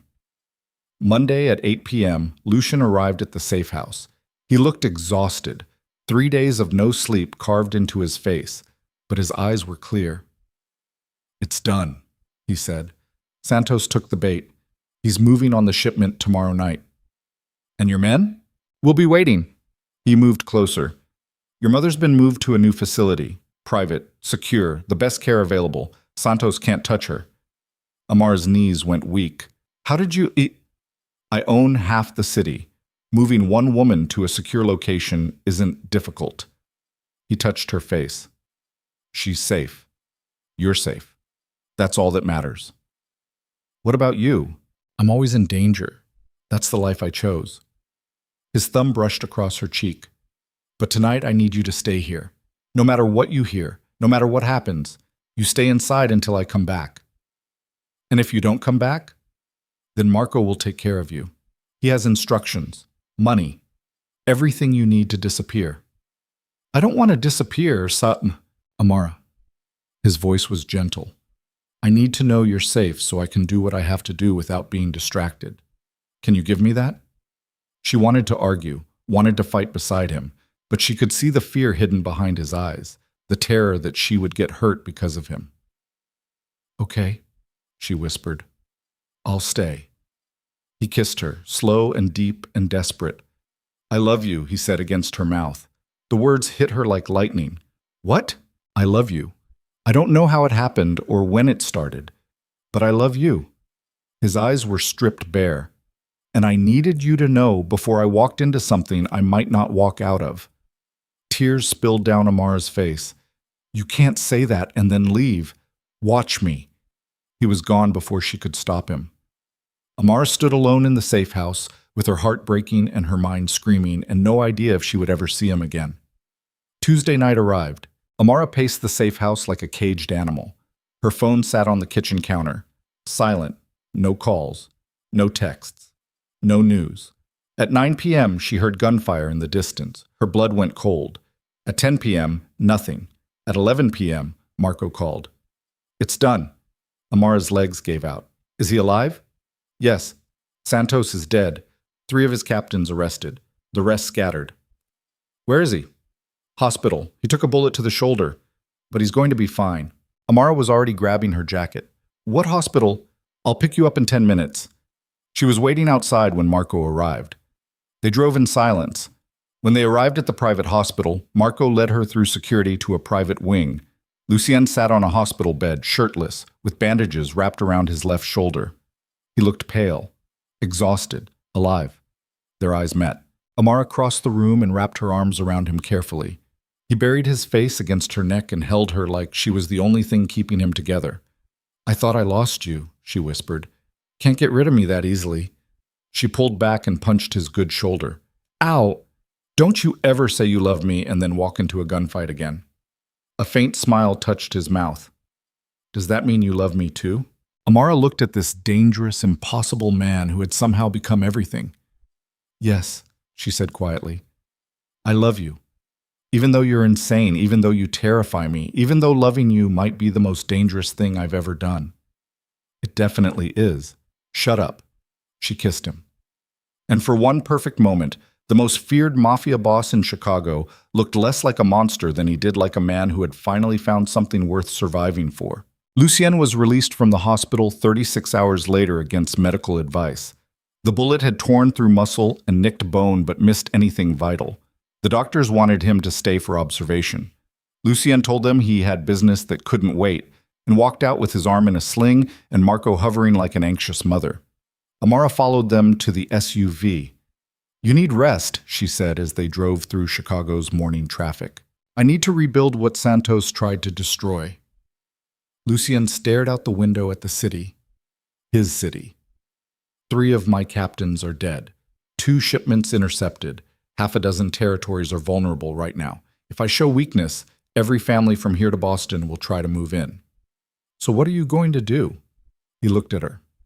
Make sure everyone knows what happens when they come for what's mine. The words should have terrified her. Instead, Amara felt something dark and fierce settle into her chest. Because she was tired of being afraid, tired of surviving, tired of watching the man she loved bleed while everyone around them tried to tear them apart. What do you need from me? She asked quietly. Marco glanced at her in the rearview mirror with something that looked like approval. Lucien's expression softened slightly. I need you safe. That's all. That's not all. That's the bare minimum. Amara leaned forward. You just fought a war to protect me. You took a bullet. You killed Santos. Now let me help you rebuild. You don't know what you're asking. I know exactly what I'm asking. I'm asking to be part of your life, the real parts, not just the safe parts. She met his eyes. Either I'm in this with you or I'm not. You don't get to claim me in front of the entire city and then hide me away when things get dangerous. Silence filled the SUV. Then Lucian smiled. Actually smiled. Marco. Yeah, boss? Remind me never to underestimate her again. Will do. They drove to Lucian's private office downtown, a building he owned.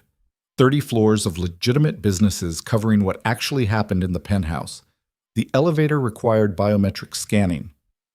3 separate security checkpoints, armed guards at every corner. When the doors opened to the top floor, Amara stepped into a world she'd only glimpsed before. The penthouse was massive, floor-to-ceiling windows overlooking the entire city, leather furniture that screamed money and power, a conference table that had probably seen more blood than board meetings. 15 men stood waiting. Lucien's captains, all of them older, harder, looking at Amara like she was a problem they hadn't figured out how to solve yet. Gentlemen, Lucian said as he moved to the head of the table, some of you have already met Amara Cole. The rest of you will meet her now. She's not leaving. One of the captains, a man in his 50s with scars on his knuckles, spoke up. Boss, with all respect, this is family business. She is family. Lucian's voice went cold. Santos targeted her because she matters to me. That makes her part of this, whether you like it or not. She's a civilian. She's the woman I love, and if any of you have a problem with that, speak now so I know who to replace.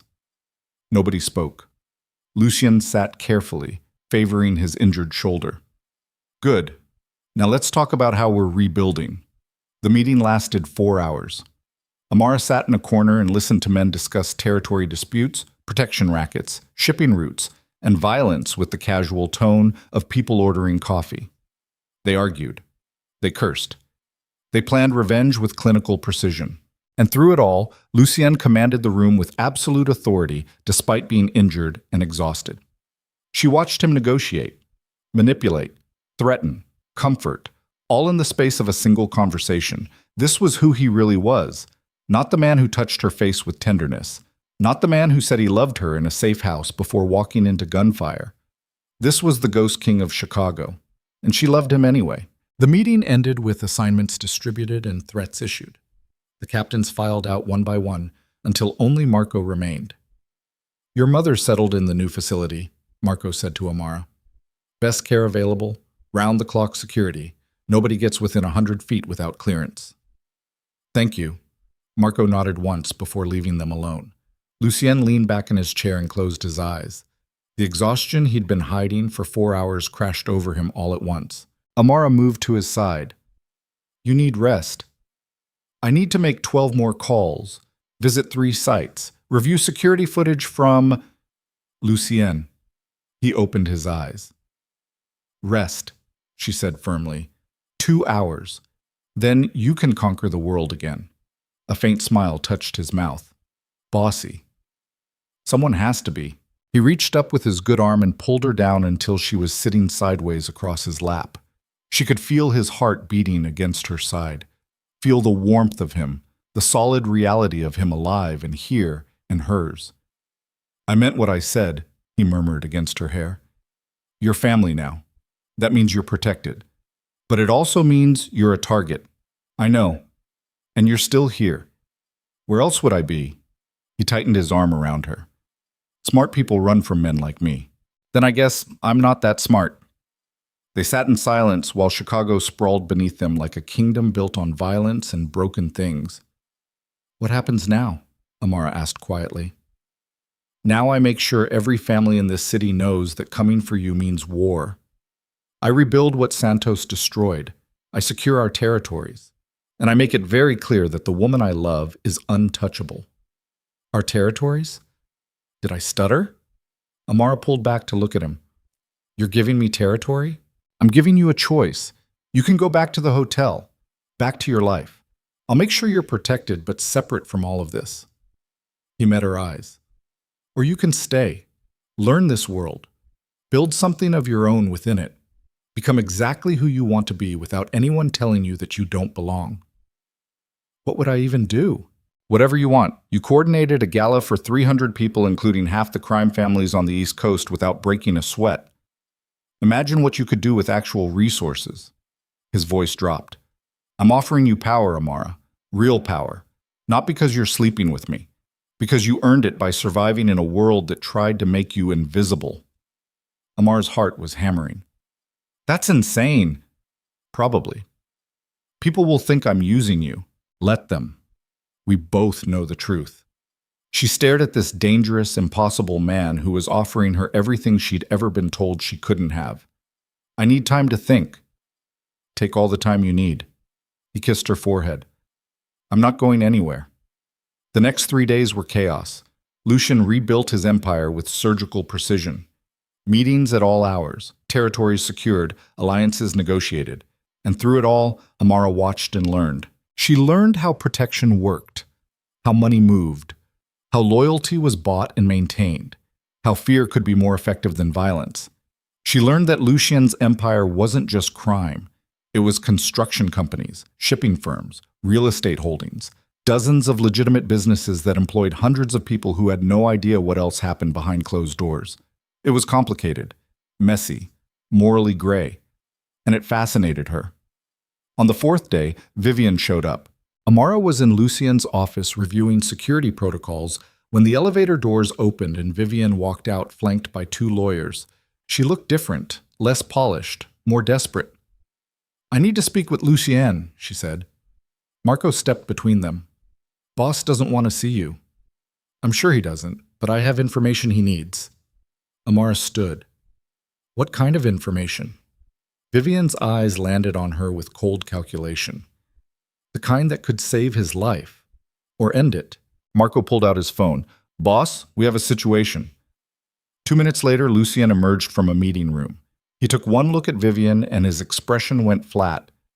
You have 30 seconds. Santos wasn't working alone, Vivian said quickly. He had a partner, someone inside your organization feeding him information. The temperature in the room dropped 10 degrees. Names, Lucien said quietly.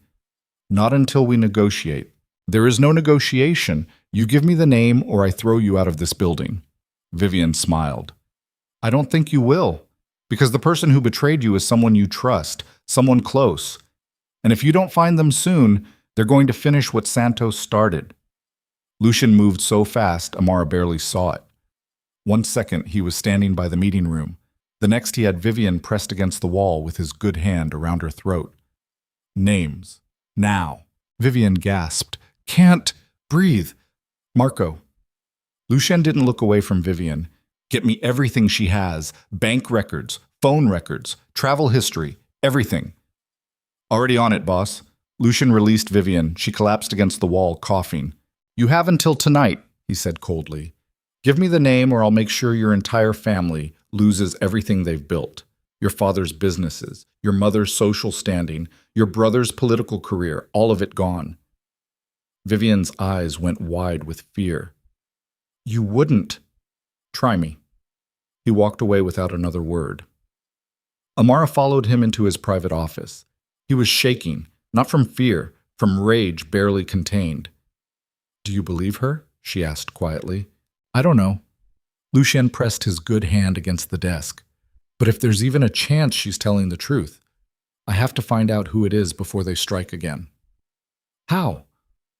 By doing something I hate. He looked at her. I'm going to trust people. That evening, Lucien called an emergency meeting of his inner circle.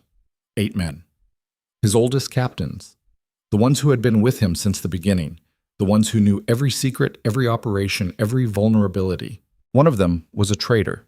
They gathered in the conference room. Lucien sat at the head of the table with Amara standing behind him. Marco flanked the door. Vivian Laurent came to me today, Lucien began.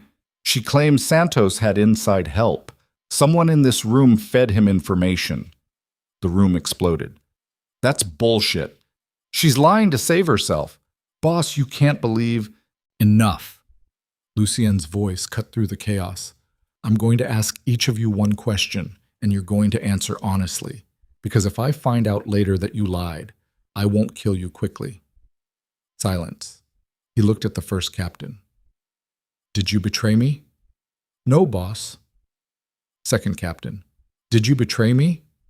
Never. One by one, Lucian asked the question. One by one, they denied it. Until he got to the seventh man, Thomas Chen, 53 years old. Been with Lucien for 12 years, managed their shipping operations. Quiet, competent, loyal. Did you betray me? Thomas looked Lucian directly in the eye. Yes. The room went dead silent. Why? Lucian's voice was barely above a whisper. Because you've gone soft. Thomas stood slowly. You used to be focused, ruthless. Then you met her. He gestured at Amara. And suddenly you're making decisions based on feelings instead of strategy. You endangered the entire organization for a woman. That's not, isn't it? You paid $4 million just to be near her. You started a war with Santos because he threatened her. You took a bullet protecting her instead of taking cover and protecting the operation. Thomas's voice was cold. She made you weak, and weak men don't survive in this world. Lucien stood slowly. So you decided to remove me. I decided to remove the distraction. Santos was supposed to kill her, force you to refocus. But then you killed him instead and made everything worse. By falling in love. By forgetting who you are. Lucien walked around the table. Every captain tensed. Nobody moved. You're right about one thing, Lucien said quietly. I did change. She did make me different. He stopped in front of Thomas. But you're wrong about what that means. Am I? Yes. Because before I met her, I didn't care about anything except survival. I built an empire because I had nothing else. I controlled territory because control was all I understood. His voice dropped. But she made me remember what it feels like to want something more than power. And that didn't make me weaker. It made me more dangerous than I've ever been. How do you figure? Because now I have something worth protecting, something worth killing for, something worth dying for. Lucien's eyes went cold. And a man with nothing to lose is dangerous. But a man protecting what he loves is unstoppable. Thomas laughed bitterly. Nice speech. Doesn't change the fact that you're compromised. You're right, it doesn't. Lucien pulled a gun from inside his jacket. But here's what it does change. He pressed the gun against Thomas's forehead. I used to kill people because it was necessary, because it served the organization, because it made strategic sense. His hand was completely steady. But I'm going to kill you because you threatened her, and that feels personal in a way nothing else ever has. Boss, Marco stepped forward. Don't. Lucien never looked away from Thomas. He betrayed us. He got 3 of our men killed. He put Amara in danger. There's no coming back from that. Thomas's face had gone pale. You won't do it. You're too soft now. That's why I knew. Lucien pulled the trigger. The gunshot was deafening in the enclosed space. Thomas dropped. Blood spread across expensive carpet. Nobody moved. Nobody breathed. Lucien lowered the gun and turned to face his remaining captains. Let me be very clear, he said quietly. I love her. And anyone who uses that against me, anyone who threatens her, hurts her, or even thinks about making her a target will end up exactly like Thomas. He met each man's eyes individually. Are we understood? 7 men nodded. Good. Clean this up, and find out if Thomas had any other partners we need to handle. Lucien walked out of the conference room. Amara followed him with her heart pounding and her hands shaking and her mind trying to process what she'd just witnessed. He killed a man without hesitation. He killed a man who had worked for him for 12 years. He killed a man for threatening her. They made it to his private office before her legs gave out. Lucien caught her immediately. Breathe. You killed him. Ah, I know. Just like that. I know. He guided her to the couch. Breathe, Amara. In through your nose, out through your mouth. She tried, failed, tried again. I've never seen someone die before, she whispered. I'm sorry you had to see that. Don't apologize, just... She looked up at him. Are you okay? He laughed, actually laughed. You just watched me execute someone and you're asking if I'm okay. Yes. Something in his expression softened. I'm fine. This is who I am, Amara. This is what I do. And I need you to understand that before we go any further. I know who you are. Do you? Because knowing and seeing are different things. He sat beside her carefully. I just killed a man in front of you. I didn't hesitate. I didn't feel guilty. And I'd do it again tomorrow if someone else threatened you. That's not normal. That's not healthy. That's not what good men do. I never said you were a good man. Then what am I? Amara looked at him, really looked at him. This dangerous, violent, impossible man who had somehow become the center of her entire world. You're mine, she said quietly, and I'm not letting you go. Lucien pulled her against his chest and held her like she was the only thing keeping him human. I love you, he whispered, even though I probably shouldn't, even though it makes me vulnerable, even though it's going to get one or both of us killed eventually. I love you too. Amara pressed her face against his neck. Even though you're terrifying, even though I just watched you kill someone, even though every logical part of my brain is screaming that this is insane. They sat together while the city darkened outside and the blood dried in the conference room down the hall, and both of them tried to accept what they'd become. 2 weeks later, everything exploded. Vivian went to the FBI. She gave them everything. Names, locations, operations, financial records. 12 years' worth of evidence against Lucien's organization, wrapped up with a bow and delivered directly to the people who had been trying to take him down for a decade. Marco burst into Lucien's office at 6 a.m. with the news. We have maybe 12 hours before they start making arrests. Lucien looked up from his coffee. His face went carefully blank. How bad? Bad. She gave them everything Thomas had, plus her own records from when you were engaged. They have enough to indict half your operation. Can we contain it? Not without starting a war we can't win. Silence filled the office. Then Lucien spoke with a calm that was more terrifying than rage. Get everyone out. Empty the warehouses. Move the money offshore. Burn anything that connects to operations they don't already know about. Boss, do it. Now. Marco left running. Amara appeared in the doorway. She'd been staying in Lucien's penthouse apartment, learning his world, building her own life within it. What's happening? Vivian gave me to the FBI. He stood. They're coming for me. Probably today. Her face went pale. Can you run? Where? This is my city, my territory. If I run, I lose everything. Better than prison, is it? He moved toward her. If I run, every family from here to Boston moves in. My people lose their livelihoods. Everyone I protect becomes vulnerable, and you become a target for anyone who wants revenge. So what are you going to do? I'm going to do what I should have done 15 years ago. His voice was steady. I'm going to stop running from who I am. I'm going to face this directly, and I'm going to make sure that even if they take me down, you're protected. I don't want protection. I want you. You can't have both. The words hung between them like a death sentence. There has to be another way, Amara whispered. There isn't. Not anymore. Lucien cupped her face. So I need you to listen very carefully. Marco has instructions, money, documentation, everything you need to disappear if this goes badly. You take it and you run. You don't look back. You don't try to help me. You just survive. I'm not leaving you. You don't have a choice. Yes, I do, and I choose to stay. He closed his eyes. You're the most stubborn person I've ever met. I learned from the best. They stood together in his office while sirens started wailing in the distance, and both of them knew their time was running out. I need you to do something for me, Lucien said quietly. Anything. I need you to become someone they can't touch. Someone with your own power, your own protection. He met her eyes. I'm transferring half my legitimate businesses to you, today, right now. By the time the FBI gets here, you'll own construction companies, real estate holdings, shipping firms. All legal, all clean, all yours. Amara's breath caught. Why? Because if I go down, someone needs to take care of my people. And because I trust you more than anyone else in this world. His voice roughened. And because I need to know that even if they take me, you'll survive, you'll thrive, you'll become exactly who you were always meant to be. Tears burned down her face.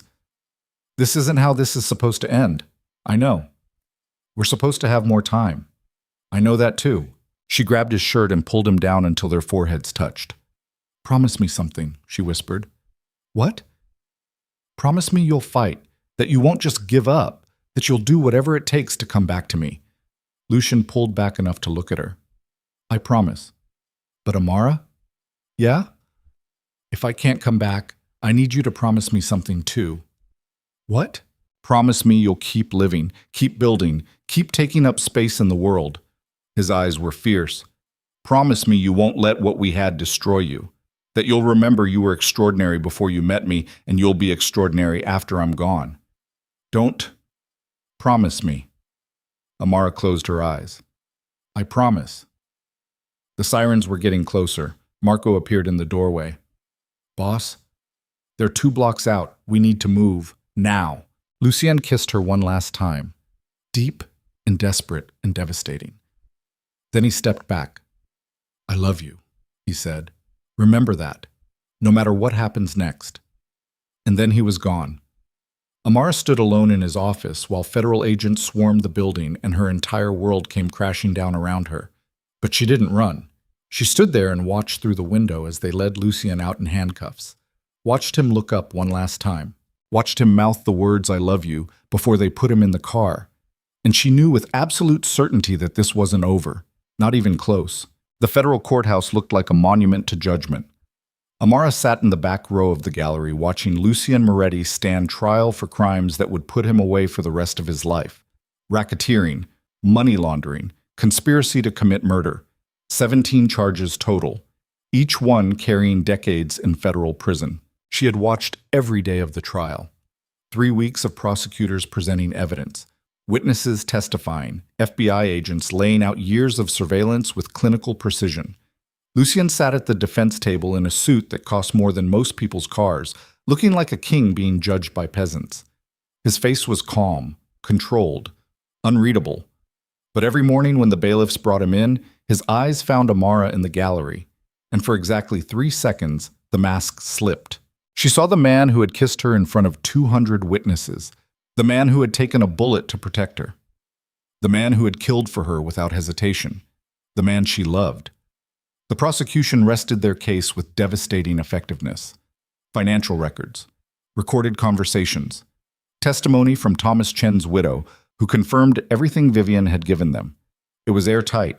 Lucien's defense attorney was good, one of the best money could buy, but even he looked exhausted as the evidence piled up like bodies after a massacre. On day 18, the defense called their first witness, Amara Cole. She walked to the witness stand on legs that felt like water underneath her. She swore to tell the truth. She sat down and looked directly at the prosecutor, a woman in her 40s with sharp eyes and sharper questions. Miss Cole, how long have you known the defendant? 4 months. And what is the nature of your relationship? Amara's throat tightened. I love him. Murmurs rippled through the courtroom. You're aware Mr. Moretti is accused of running a criminal organization responsible for murder, extortion, and trafficking? I'm aware of what he's accused of, yes. And knowing that, you still claim to love him? I don't claim anything. I do love him. Amara met the prosecutor's eyes. I've seen him at his worst. I've seen him kill someone. I've seen the violence he's capable of, and I still love him. Why? The question hung in the air like smoke. Because he saw me when nobody else did, Amara said quietly. Because he defended me when strangers humiliated me. Because he made me believe I deserved to take up space in the world. Because he loved me without asking me to be anyone except myself. That doesn't excuse his crimes. No, it doesn't. But it makes him human, and I think that matters. The prosecutor stepped closer. Miss Cole, did Mr. Moretti ever discuss his illegal activities with you? No? Never? Never. He never mentioned shipments, territory disputes, protection rackets? He told me he owned legitimate businesses, construction companies, real estate, shipping firms. That's all I knew. It was technically true. Lucienne had never explicitly told her about the illegal operations. She had learned by watching, by being present, by choosing not to ask questions she didn't want answered. So, you're saying you had no knowledge of his criminal enterprise? I'm saying I fell in love with a man who was kind to me. What he did before or after that is between him and the law." The prosecutor looked frustrated. No further questions. The defense attorney stood. "Miss Cole, in the 4 months you've known my client, has he ever been violent toward you?" "No, never." "Has he ever threatened you?" "No." "Has he ever tried to control you or limit your freedom?" "The opposite. He gave me resources to build my own business. He encouraged me to be independent. He made sure I had choices."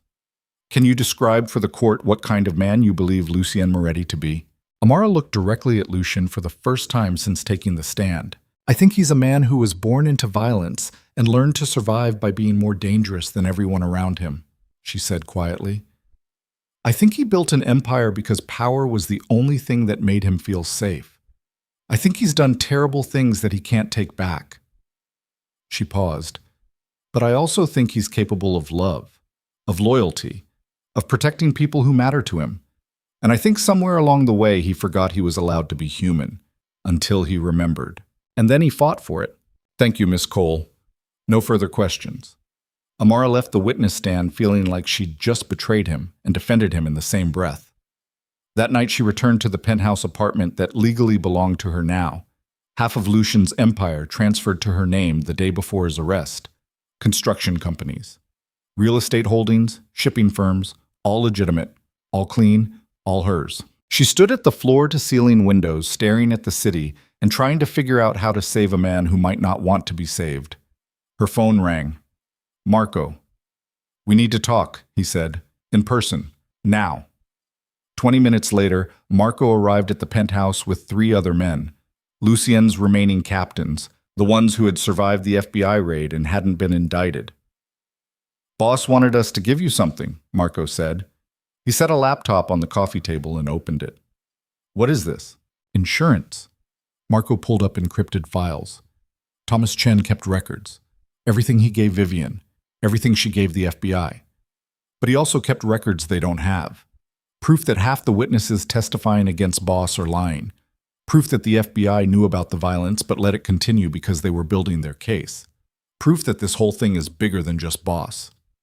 Amara stared at the files. "Why are you showing me this?" "Because Boss won't use it. He's accepted that he's going down. But you haven't." Marco met her eyes. "You own half his empire now. You have resources, connections, money. You could use this to get him out, or you could let him rot in prison while you build something new." "That's not a real choice, isn't it?" One of the captains spoke up. "Boss is done. Even if you get him out, he'll never be the same. He'll be marked, vulnerable, a target for every family that wants revenge. Is that what you want for him?" "What I want is for him to have a choice," Amara said quietly. "He spent his entire life having choices taken away from him, violence forced on him, power forced on him, and now prison forced on him. I'm not doing that to him too." She looked at Marco. "How do I use this?" "You give it to his lawyer, let him present it as new evidence. It'll blow up the prosecution's case, might even force a mistrial. And then what?" "Then Boss decides what he wants to do with the rest of his life. Run, rebuild, retire, whatever. But it's his choice, not theirs." Amara stared at the laptop for a long time. Then she made a decision that would either save Lucien or destroy everything they'd built. "Get me his lawyer, tonight." The next morning, Lucien's defense attorney requested an emergency hearing. The judge looked annoyed. The prosecutor looked suspicious. Lucien looked confused. Then the defense attorney presented the new evidence. The courtroom exploded. 3 witnesses recanted their testimony immediately. 2 FBI agents were suspended pending investigation. The entire case started crumbling like a building with a cracked foundation. The prosecutor requested a recess. The judge granted it and scheduled a hearing for the following week to determine whether the case could proceed. Lucien was led out in handcuffs. But before he left, he looked at Amara in the gallery. His expression was pure devastation. He knew what she'd done. He knew she'd used the insurance policy he'd refused to touch. He knew she'd forced his hand. And he looked at her like she'd just betrayed him. Amara left the courthouse with tears burning down her face and her heart breaking and no idea if she'd just saved the man she loved or destroyed their relationship forever. 5 days later, the prosecution dropped all charges. The evidence was too compromised. The witnesses too unreliable. The FBI's conduct too questionable. They couldn't proceed without risking their entire case being thrown out. Lucien Moretti walked out of federal custody a free man. The media went insane. Cameras everywhere, reporters shouting questions, protesters screaming about justice and corruption. Lucien ignored all of it. He climbed into a waiting SUV and disappeared. Amara waited at the penthouse for him to come to her. He didn't. 1 day passed, then 2, then 5. On day 6, Marco showed up at her door. He's at the warehouse district, the old one by the river. Marco's expression was carefully neutral. He asked me to tell you he understands if you don't want to come, but he needs to see you. One last time. Amar's stomach dropped. One last time? Just go. She drove to the warehouse with her heart pounding. The building was abandoned, windows broken, graffiti covering the walls, the kind of place people came when they wanted to disappear. She found Lucien standing by the river watching the water flow past like time itself. He looked different, thinner, exhausted. The expensive suits replaced with jeans and a jacket that made him look less like a crime boss and more like a man trying to figure out who he was without the empire. You came, he said without turning around. Of course I came. I wasn't sure you would. After what I did. After how I looked at you in that courtroom. You were angry. I was terrified. He finally turned to face her. You used the insurance policy. The one thing I said I'd never touch. You forced my hand. You took away my choice. Because you were choosing to destroy yourself. Amara moved closer. You were going to rot in prison for crimes half those witnesses lied about. You were going to let them take you down because you thought you deserved it, and I couldn't watch that happen. That wasn't your decision to make. Yes, it was. Because I love you. And loving someone means fighting for them even when they won't fight for themselves. Lucien's jaw tightened. You should have let me go. Why? Because I'm not worth saving. Because everything I touch turns to violence. Because you deserve better than a man who will spend the rest of his life looking over his shoulder, waiting for revenge. That's not your choice to make either. They stared at each other across the abandoned warehouse while the city hummed in the distance, and both of them tried to figure out how to say what they needed to say. I'm leaving Chicago, Lucien said quietly. Amara felt her heart stop. What? I can't stay here. The FBI is watching. Every family on the East Coast knows I'm vulnerable. Staying means dragging you into a war that never ends. He stepped closer. So I'm leaving. Tonight. Disappearing somewhere they can't find me. Starting over. Where? I don't know yet. Somewhere far from here. Somewhere I can just be Lucien instead of the Ghost King. His voice was rough. Somewhere I can figure out who I am without the violence. And me? Amara whispered. What about me? You stay. You run the businesses I gave you. You build something extraordinary. You become exactly who you were always meant to be. He reached up and touched her face. You take up all the space in the world, and you don't look back. That's not... Her voice cracked. That's not what I want. I know, but it's what you need. He pulled her close. I've spent 4 months watching you become more confident, more powerful, more yourself. And every step you took toward that person, you took despite me. Not because of me. You don't need me, Amara. You never did. That doesn't mean I don't want you. I know that too. He kissed her forehead. But wanting isn't enough. Not when staying together means you'll never be safe. Not when loving me means you'll spend the rest of your life waiting for someone to use you against me. Amar grabbed his jacket. So what? You're just going to disappear? Leave me here? Pretend the last 4 months didn't happen? I'm not pretending anything. I'm accepting reality. His eyes were stripped bare. I love you more than I've ever loved anything. And that's exactly why I have to leave. Because if I stay, I'll get you killed. And I won't survive that. You're asking me to choose between losing you or losing myself. No, I'm asking you to choose yourself. For once. For the first time in your entire life. He cupped her face with both hands. Choose the woman who laughed in that hotel lobby. The woman who stood up to Vivian. The woman who testified in federal court and defended a monster because she believed he was human. That woman doesn't need a mafia boss. She needs freedom. Tears spilled down Amara's face. What if I want both? You can't have both. Not in this world. They stood together while the sun set over the river, and both of them tried to accept what they were losing. How long do I have? Amara whispered. Until midnight. Then I'm gone. That's 3 hours. I know. She pulled him down and kissed him, deep and desperate and devastating, pouring everything she felt into one last moment of connection. When they finally broke apart, Lucien was shaking. Come with me, he said suddenly. Run with me. Leave all of this behind and just disappear together.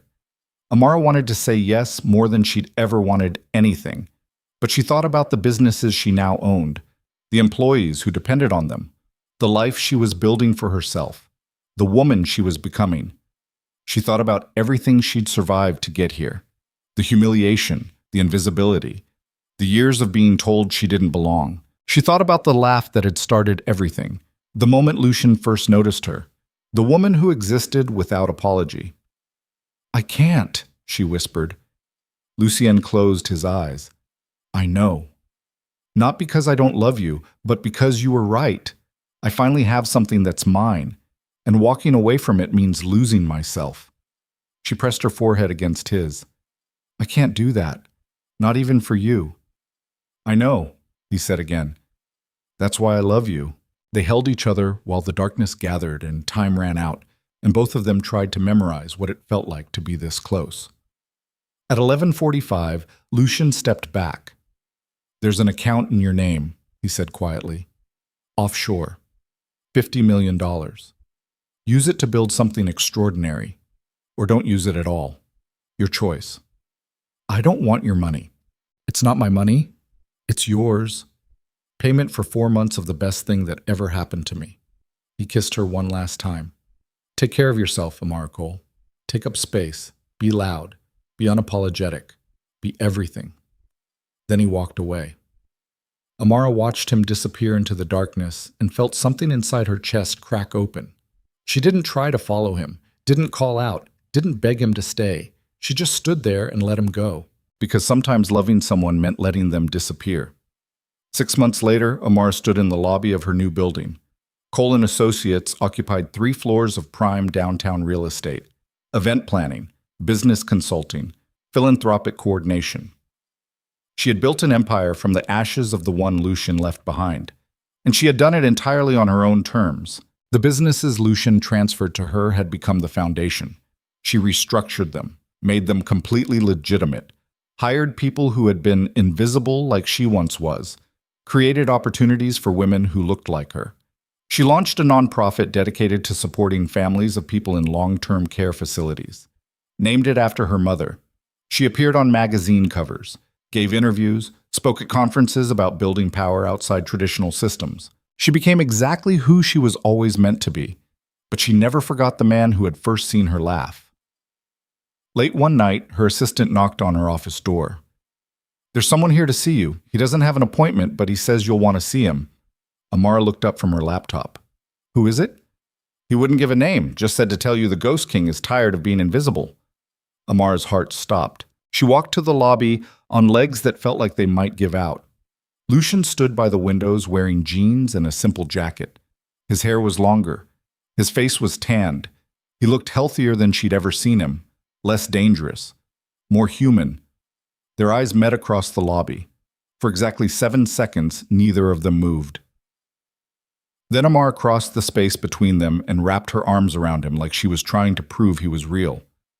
You came back, she whispered. I tried to stay away. His voice was rough. I spent 6 months building a new life, new name, new identity, new everything. I fished, I read books, I learned to cook. I existed without violence for the first time in my life. And I was miserable. He pulled back to look at her. Because none of it meant anything without you. So what are you doing here? I'm asking if there's room in your empire for a reformed crime boss who wants to be a better man. Amara stared at him. Are you serious? Completely. I'm done with violence, done with power, done with being the Ghost King. His eyes were clear. I just want to be Lucien, and I want to be that beside you, if you'll have me. What about danger? What about your enemies? Most of them are dead or in prison. The rest have moved on to easier targets. And honestly, he smiled slightly, I'm not worth the trouble anymore. I'm nobody. Just a man who loves a woman who's too good for him. Amara felt tears burning behind her eyes. You're not nobody.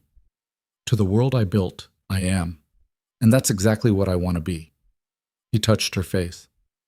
But to you, I want to be everything, if you'll let me try.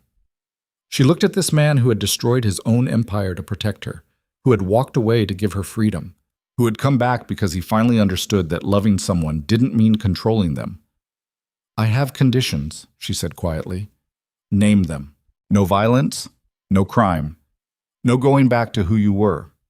Agreed. You don't get to make decisions for me. You don't get to protect me by pushing me away. We face everything together or not at all. Agreed. And you have to let me keep building my own life, my own power, my own everything. You don't get to be my whole world, just part of it. That's all I want to be. Amara stared at him for a long moment. Then she kissed him. Not desperately, not like they were running out of time, like they finally had all the time in the world.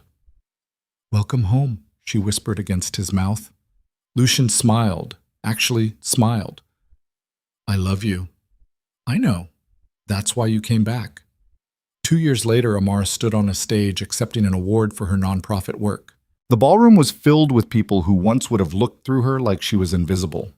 Now they listened to her speak about building power outside traditional systems, about creating opportunities for people who had been told they didn't belong. She looked out at the crowd and found Lucian in the back row. He wasn't the Ghost King anymore. He was just Lucian, a consultant for her businesses, a volunteer for her nonprofit, a man who had learned that power wasn't about control. It was about building something worth protecting. He caught her eye and smiled, and Amara remembered the moment he first heard her laugh, the moment everything changed. She finished her speech to thunderous applause, but the only person she cared about was standing in the back waiting to take her home. After the event, reporters inevitably asked the question they always asked. How does a hotel coordinator end up building a multi-million-dollar empire? Amara laughed, fully, brightly, taking up every inch of space the world once tried to shame out of her. I didn't end up anywhere, she answered. I was already becoming exactly who I was meant to be. Someone just recognized it before everyone else did. Across the room, Lucienne watched her with the kind of love that looked like sunlight after years underground. One of her employees leaned toward him quietly. How did she change you? Lucienne watched Amara laugh again, commanding the room with confidence nobody could take from her. She didn't change me, he said softly. She just made me want to become worthy of her. And then he smiled, a real smile, the kind that belonged to a man who had finally learned that loving someone didn't mean owning them. It meant choosing them every single day, even when it was terrifying, especially then.